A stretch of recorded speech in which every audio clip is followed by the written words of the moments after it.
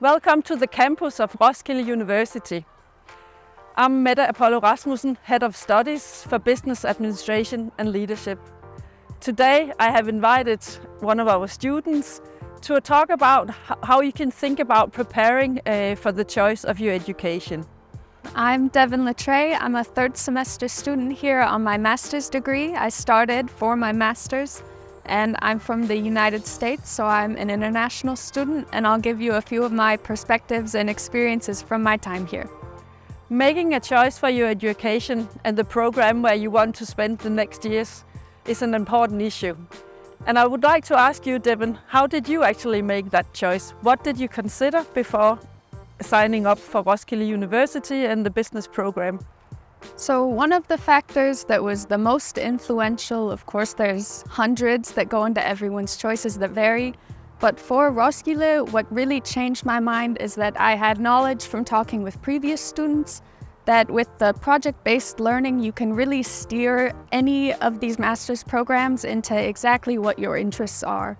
You're not stuck in a very fixed focus, but you can actually choose absolutely anything, and you can change halfway through your studies without needing to change your major.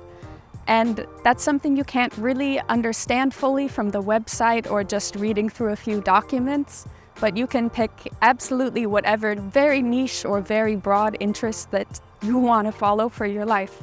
And that was the biggest choice that actually went into me deciding to come to RUC. Getting in touch with Roskilde University is also a part of preparing for your choices. What would your advice be, Devan, for students who want to know more about the program here? I think there's a lot of different options, and personally I was never a fan of emails. I think they're too impersonal and very black and white. So I would recommend getting in contact with RUC's Study, Career and Guidance, because you can set up texting and emailing if you prefer, but you can also do Zoom calls. And many of the people you can get in contact are or have been RUC students, so they're familiar with the programs and they can give you a lot better personal insights, and you can really dig into what's important to you to get more information for your decision. So at the program of Business Administration and Leadership, you have a lot of choices that you can make in relation to writing about themes in your projects. Could you say something about, Devan, what does this actually mean for you as a student, but also for how you are looking at job opportunities and skills that becomes available for you during your education? Of course, so there's of course a lot of different ways that I've gained my personalized skills. One part is in projects I can tailor what I'm studying and what I'm practicing to what kind of jobs and segments I really want to end up working in eventually.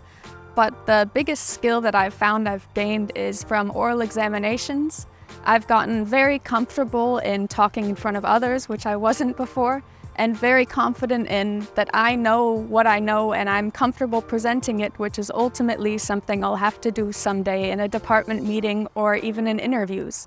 And that's already come in handy because I've lived here just over a year and have ended up getting a job in part due to those skills, because I've never been good at portraying myself in an interview, and all of a sudden I was very comfortable and confident with answering questions on the spot and having these back and forth dialogues that have really already proven extremely useful in my life.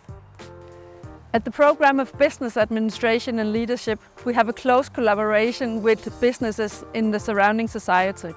But we have also a close collaboration between students and researchers. You will experience that both in classes, but also in the projects. Can you just say a little bit about how you have experienced that, Devan? Of course. For one factor is that it's been very comforting to be on the same level as all of the researchers and lecturers, and to be able to come and talk to Mette as Mette and have a more informal discussion that's often way more productive than something where it's a more tiered structure. And another is that any researcher is more than happy to have you just knock on their door and come ask questions, have a conversation, and anything else. Even if you have one supervisor in a project, other researchers and supervisors are always way more than happy to give their input and help supplement your progress even more. So at the campus there's a lot of ways to engage with different activities, and I would like to ask you, Devan, what have you actually experienced here that you did not expect to meet? When I came to RUC, I came from my studies and I made my choices based on my studies.